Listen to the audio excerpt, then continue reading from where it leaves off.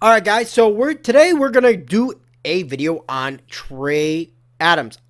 If I call him Trey Brown, I apologize. I've done that a couple times, trying to record this video before I decided on one that I wanted to produce. Big shout out to Jackson Planet. He's the one that gave me the idea to do Trey Adams. I wasn't very familiar with the prospect, so shout out to him.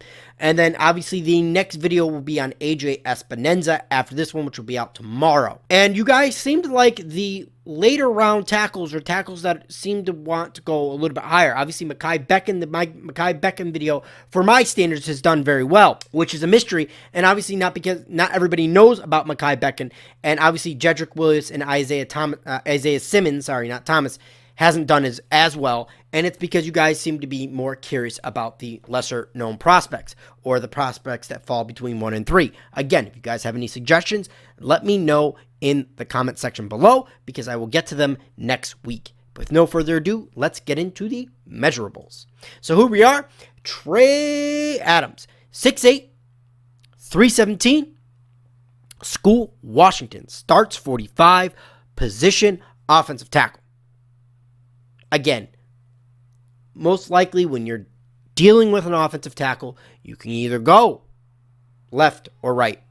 So that's why I put offensive tackle on Trey Adams. Positives. Great run blocker. Again, guys, I love to keep these basics. He's an above average athlete. He's good across the spectrum. I'd say he's just as good a run blocker as he is a pass blocker. So, and above average in all the categories, at least from what I look. And I know he would be a first-round prospect had he come out last year, but we'll get into those in a second. Can get to the second level. Again, another above-average athlete. That's why sometimes these screens don't work out very well in the NFL, because you do not have a great athlete at tackle, and most teams should. But it seems like offensive line talent has been getting worse and worse. And that's why this year's draft is so imperative for the Giants, because this is a very good offensive line draft. And it's very deep at the tackle position, in my opinion. Length and frame makes it tough for speed rushers to get around the edge, and anchors very well.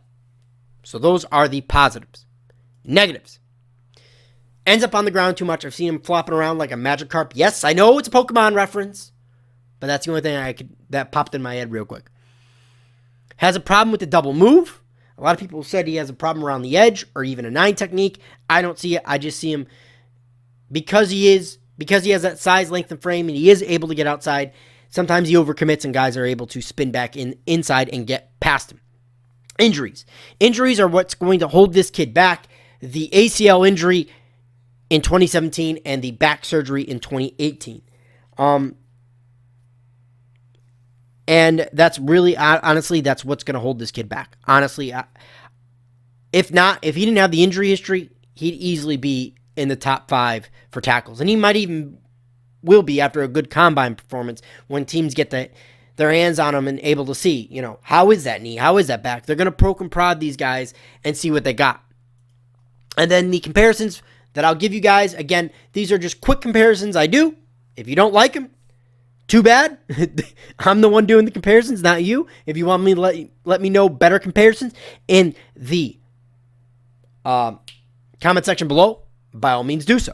And my comparisons are the current left tackle for the Seattle Seahawks, Dwayne Brown, and obviously Cody Ford, left tackle for the Buffalo Bills. So you guys let me know in the comment section below what you think about Trey Adams. Also, again, if you have any suggestions for future videos on draft prospects that you'd like to see they have to be mocked from rounds 1 to 3, let me know in the comment section below. Either way, it's been OGR Sports, and I will catch you on the next one.